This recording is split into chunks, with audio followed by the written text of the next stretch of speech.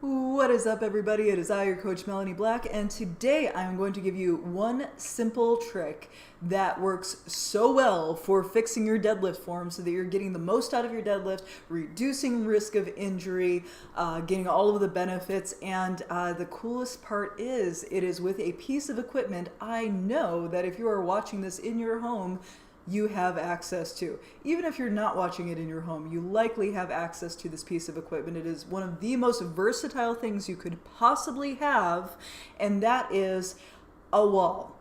Yes, a wall is an amazing piece of exercise equipment. In fact, I'll be doing several videos to come telling you different ways that you can use your wall to not only improve your lifts, but also to get lots of new exercise benefits. But today we're going to be talking about the deadlift, one of the hardest pieces of form for people to get, especially beginners. It takes a lot of effort, a lot of times to fix that deadlift, and chances are we're going to be able to fix it today in just less than a minute, essentially. So let us not waste time. We will get right into how to fix your deadlift. I'll give you a quick reminder of what the deadlift is. Now, the deadlifts can be done with a variety of different equipment, with dumbbells, barbells, kettlebells, body weight even, but it is a hip hinge movement where you're pushing the hips out and back, getting the weight, coming up to standing, squeezing the glutes on the way up. So this is a hip hinge. It's for hamstrings, it's for glutes. So some of the common problems people have with this is they turn it into too much of a quadriceps dominant exercise and round their back.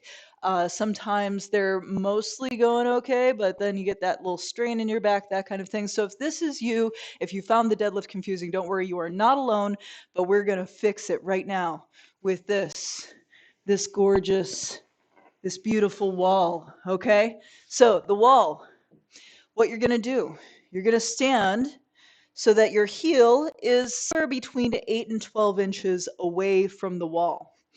And you're gonna stand with your feet at whatever width you're doing your deadlift. In other words, if you're doing a standard deadlift, if you're doing a sumo deadlift, whatever your deadlift width is, you're gonna stand right there, just like that. All right. And then all you have to do is remember that your whole goal in life is to put your butt cheeks against the wall. That's all you have to do. Put your butt cheeks against the wall. That is your sole focus. And as you do this, keep your gaze out at the wall ahead of you. All right. So I have successfully tapped my butt cheeks. And as I am doing this, I am definitely feeling a stretch through the backs of the legs. And I don't have particularly tight hamstrings, but this lets me know that I'm putting the work in the right muscle groups. Yay! All right. And then you can give yourself a little micro step just a little bit further away from the wall. And again, push your hips back to the wall and just as far as you can without tipping back. So if I tip back, then I'm actually leaning against the wall. That's no good. But I'm trying to just gently tap my butt cheeks out against the wall. My tailbone is slightly up. Think happy dog, not sad dog, right?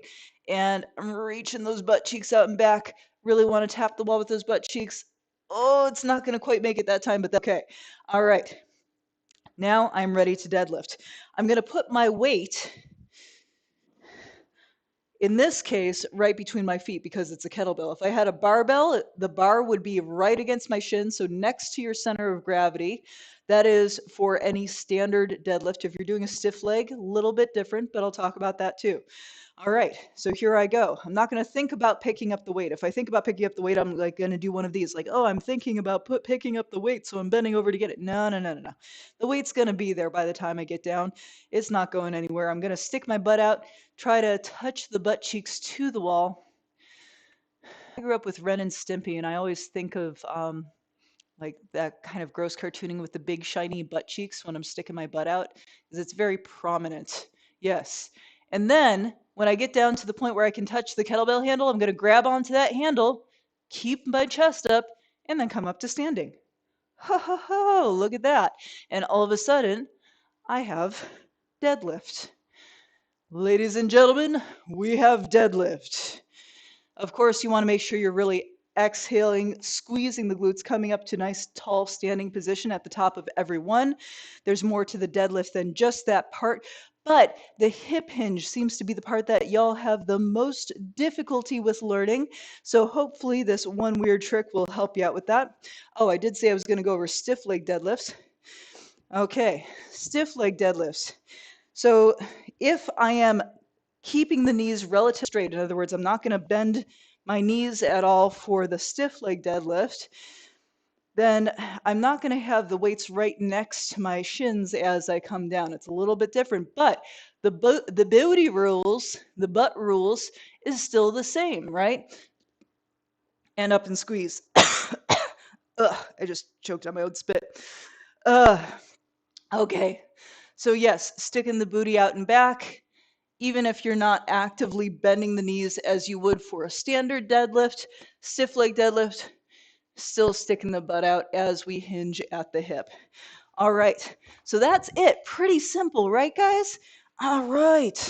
So, if you want to find out what happens next with your wall, go ahead and clear off your wall first off. If you got a bunch of picture frames of family and keepsakes, just throw all that crap out. You don't need it, okay? Your family's not going to help you do a better deadlift. A blank wall will.